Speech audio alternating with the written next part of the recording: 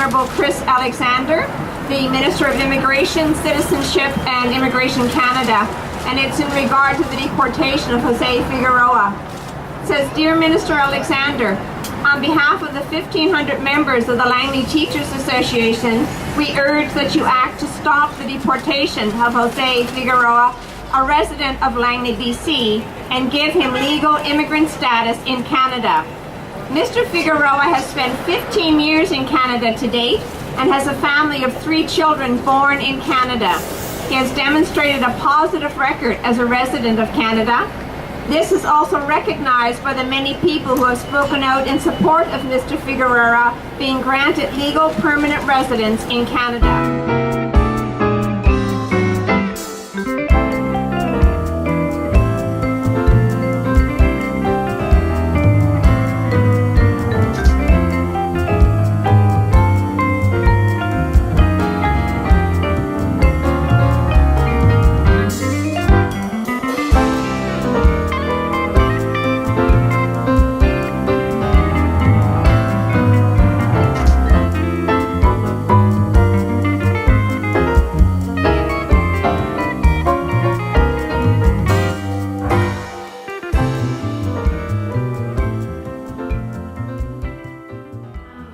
I understand that people who are middle income earners, and if you're saying the average income is that, I think it was very specific that lower middle income earners shouldn't be taxed. I think we're talking about raising taxes for those earning over $100,000 and those earning $150,000, those earning $250,000, because we're looking at the percentage of income, not an actual in-dollar account, of those who are at the top income earning level, the top 10%, the top 5% in British Columbia, and seeing that that's not an equal percentage of their income that's being paid for taxes. When you look at low income working families and middle income families, they're paying those MSP premiums and they're paying their taxes, and they're looking at paying out-of-pocket money when they're paying property taxes. So when you're talking about your middle and lower income earners, they don't have the same kinds of tax breaks that those do at the very upper end.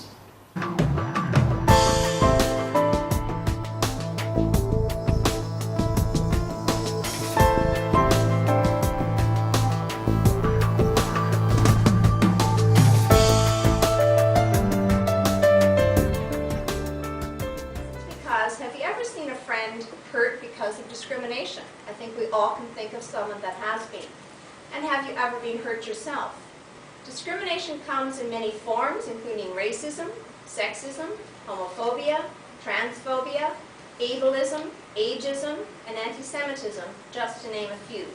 These social diseases create barriers: bullying, harassment, hate, and violence. And no one should have to experience the negativity created by discrimination. Day of Pink is more than just a symbol. It's a shared belief in celebrating diversity. It's also a commitment to being open-minded, accepting differences, and learning to respect one another.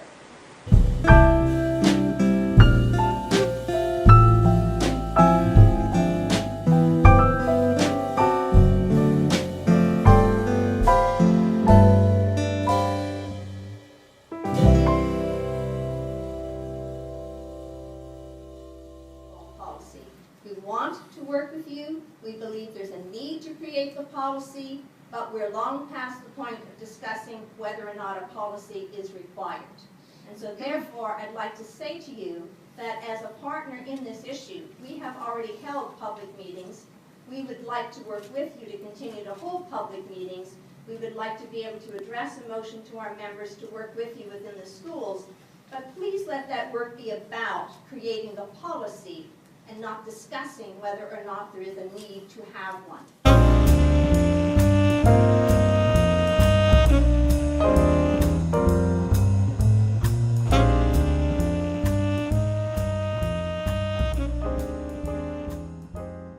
So when I speak to you as president of the Teachers Association, feel that and know that the union has worked hard on your behalf because you all deserve it. And we hope that during all of that time that you've been here, you felt well supported by the union at both the local and the provincial level. There are often times in people's lives when things are not going as well as they'd like them to go, and sometimes on occasion when things are really taking a bad turn. One of the things that I've learned coming into this job as president of the Teachers Association is that I get to share lots of joys and pleasures and happy times, and I also get to share some times that are really stressful and trying times in people's lives. And those are the occasions when I really value myself, everything that the union has to offer its membership. And I'm hoping that if you've not had to take advantage of any of those services, if you have a friend or a loved one that has, that you see the value in belonging to an association that has always got your back and is always there for you.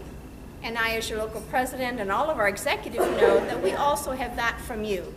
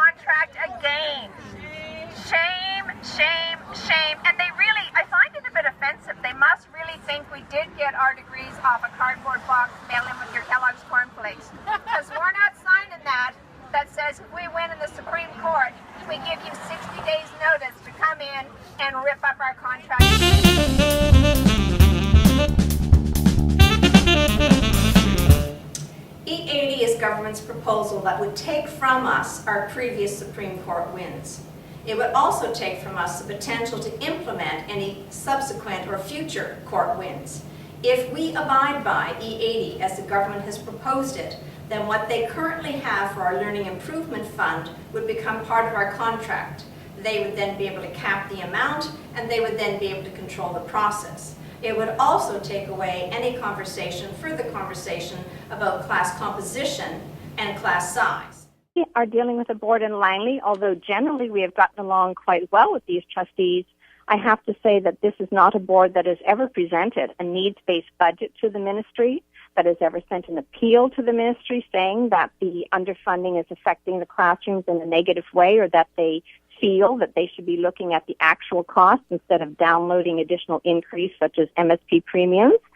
They have never stood up to this government and said, one, here's our needs-based budget as opposed to our balanced, or this is what we think you should be doing to actually meet our actual costs.